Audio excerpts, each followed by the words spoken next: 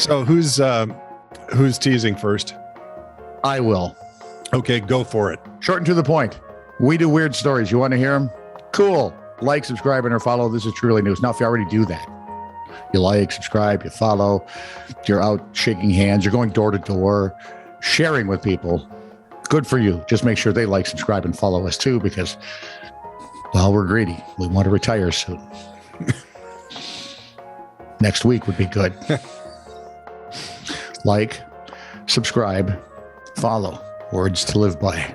This is True, Really News with Scott Combs and Tony Vercanis. All the news you're about to hear is true. Really? As far as you know. Here are some words to live by. An invasive species of earthworm can wreak havoc on ecosystems, and it's spreading in Connecticut, scientists are warning. Hey, what if we use those kind of worms to catch those weird, those Asian fish that are so bad? Right? Wouldn't they cancel? Ooh, maybe. Jumping worms, also known as crazy worms and sharks of the earth. Can we buy them on the back of comic books? I hope so. Jumping beans? Well, I like the sharks of the earth thing. It conjures images of Tremors, the movie. No, I'm thinking more of Jaws on land. Well, that's kind of what Tremors, the movie, was. Land shark. Interesting. Anyway, they pollute and destabilize soil, according to Dr. Gail Ridge, and she's an expert from the Connecticut Agricultural Experiment Station Department of Entomology. These are earthworms on steroids, Dr. Ridge wrote. See, kids, this is why steroids are bad. Jumping worms don't, in fact, jump, which is why I suppose they have so many other names for them. My favorite is fake jumping worms. Fake news. But are fast-moving with a strong, rigid, muscular body that can whip violently when disturbed. It's a worm. How? My God, I may have dated some of them. They displace more. Hey, Combs, back off. All right. That was not one of those. They displace more environmentally friendly species of worms and excrete coarse, dark waste that looks like ground taco meat. Well, there goes lunch. I'd really like them to excrete something that looks like a rigid taco shell, too. I mean, if we're going to... I hate those hard shells. I like crispy shells. I like the texture and taste is okay. Yeah. But when you bite here, why does this have to fall apart all the way to the middle? It's like a earthquake. Right. That's half the fun is chasing it. But I hate losing San Francisco before I've devoured what? You know, I haven't eaten Los Angeles yet, and you already got Frisco on my plate. It's like, come on. The jumping worm's excrement. Oh, hold on. No, the granular waste. Wait a minute. I talk about urine and it's a bad thing. You talk about poo and it's okay. It's perfectly okay. This is not my poo. It's worm poo. It's sharks of the earth poo. No matter how you look at it, it's nothing but. Yep. Their granular waste alters the composition of topsoil, destroying seed banks and fungi and weakening the roots of plants and trees. That can't be good. Now, are you sitting down for this next one? I'm sitting down for everything these days. The jumping worm's excrement has even toppled several stone walls in New England. Must have cannons back there. Holy. Shawshank would never happen then. Right? The wall would be gone. The worms were first. While he's narrating my life story, he'd be looking for that one stone forever. Just give me one of those worms. I'm going to turn it to face the wall and squeeze. The worm. Oh my God! You can just take them and go. Zoop. What happened to the house? Gone. Well, as near as we can tell, the rebels have worms. Damn it! They found the worms. It's a secret weapon. Wait a minute. If the rebels have worms, wouldn't that be bad? I mean, for the rebels. Well, you catch them all the time pulling their butts across the carpeting.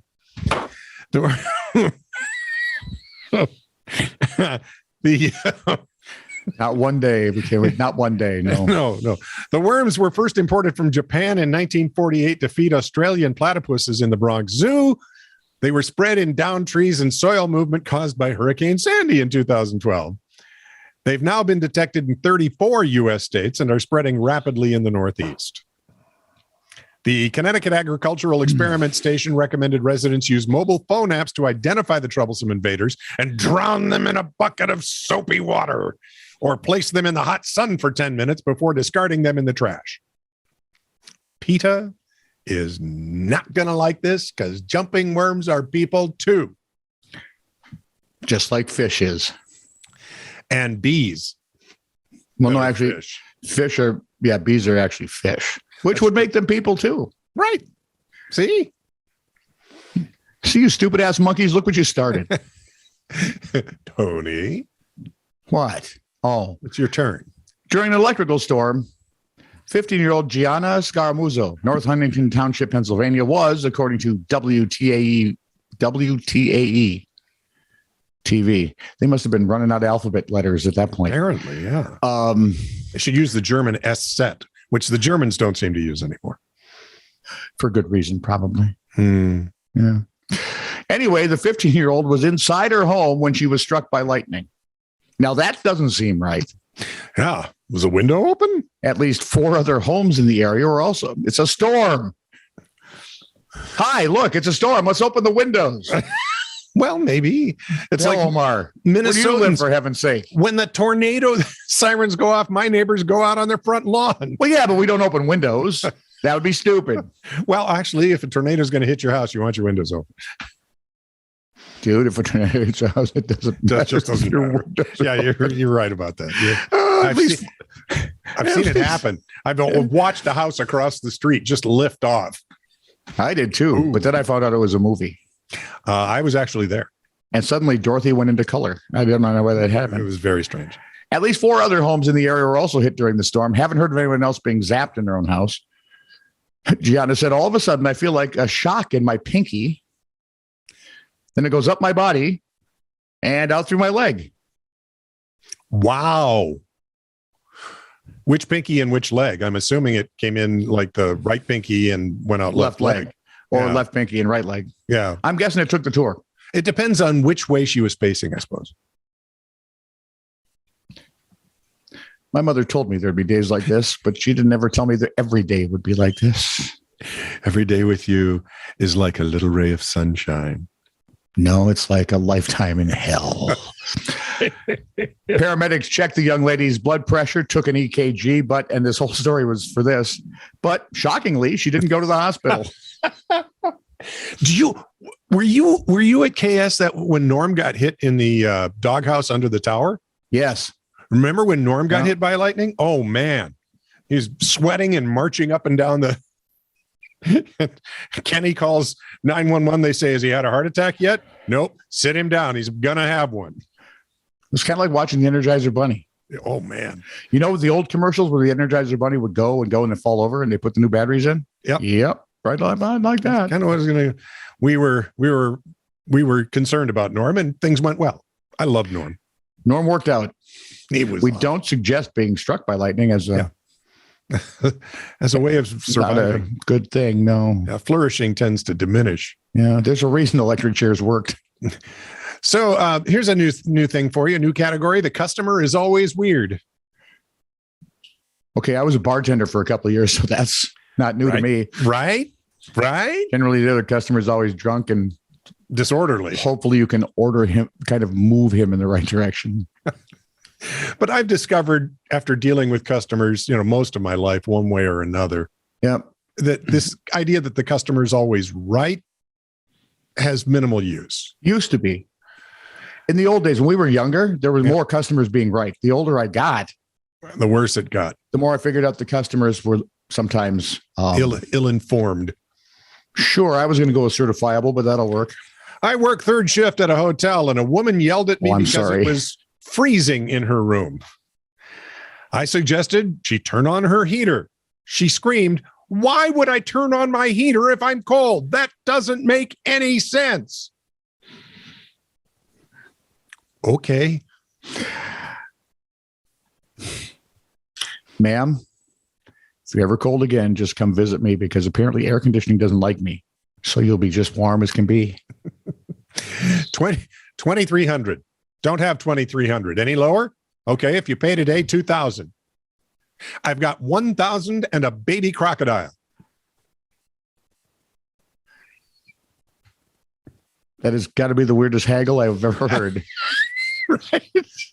Listen, I got $1,000 and I'll throw in the crock. We even? And it's a baby, so you can raise it as your own. I was working at McDonald's. A customer complained there was not a sitting back. There was not a tomato on her Big Mac. Have you ever had a tomato on your Big Mac? I never have. I think I've ever had a tomato. Yeah. If you're in the UK, it's tomato. Yes, of course. If you're in any place that speaks English, it's tomato. I explained to her that Big Macs do okay, American, fine. Don't get all over me. Anyway, he explained to her that Big Macs do not come with tomatoes unless specially ordered. She then proceeded to sing the Big Mac song to me. 2 all-beef patty, special sauce, lettuce, cheese, pickles, onions on a sesame seed bun. Yeah, where's tomato in that? Wow. I can't remember your name half the time. Right. I can't remember my name the other half of the time. The frickin' Big Mac song. Yep. That I got. So she sang this in a lobby full of customers, adding the word tomato into the lyrics in an attempt to prove her point. 2 all-beef patty, special sauce, lettuce, cheese, tomato, and onions on a sesame. Tomato, pickles, onions on it. Just doesn't work. Just doesn't work. Pickles, onion, tomatoes on a sesame. Nah, you're going to mess up the meter. Back to you, newsman Verkenis. Olaf Brewing in Finland, famous for brewing in Finland, is launching a new brew to celebrate the country's likely acceptance into NATO. Oh, cool. The AP reports that, quote, the OTAN, yep, NATO, OTAN, just spell it backwards. The lager's blue label with its cartoon medieval knight and NATO's compass symbol uses a play on the French abbreviation for the multinational organization OTAN. In Finnish, OTAN oluta means I'll have a beer. Oh. Look at that. You'll learn something on this show. You're welcome. I just watched a thing on English where a guy makes a very solid argument for the English language being rooted more in Old Norse than in Anglo-Saxon, because sentence structure is almost identical. What I know about the English language is we have made it as complicated as humanly possible. Take that, you old school Europeans. Would it hurt you to find out that the Angles, the Saxons, and Old Norse, when they all got together on that silly island, that'd be England. They kept simplifying the language. Silly. Have you seen England? My God, man, they have sucked all the humor out. Take a bunch of people. Even the funny stuff they say seriously. But they actually kept simplifying the language. That's why we don't have gendered nouns very much. Things like that. Oh, don't go there. I know. Soon we'll have 72 or 80 gendered nouns. Where was I? Otan oluta means I'll have a beer. There, your Finnish lesson for the day. CEO Petteri Vantinen said the new lager has a taste of security with just a hint of freedom. Wow. I think that's called hyperbole. I'm thinking he could be a Republican. Finland shares an 830-mile border with Russia, the longest of any European Union member, which, of course, explains why suddenly now NATO looks pretty good to them. Uh-huh. Because everything is Putin's fault. This is true, really news.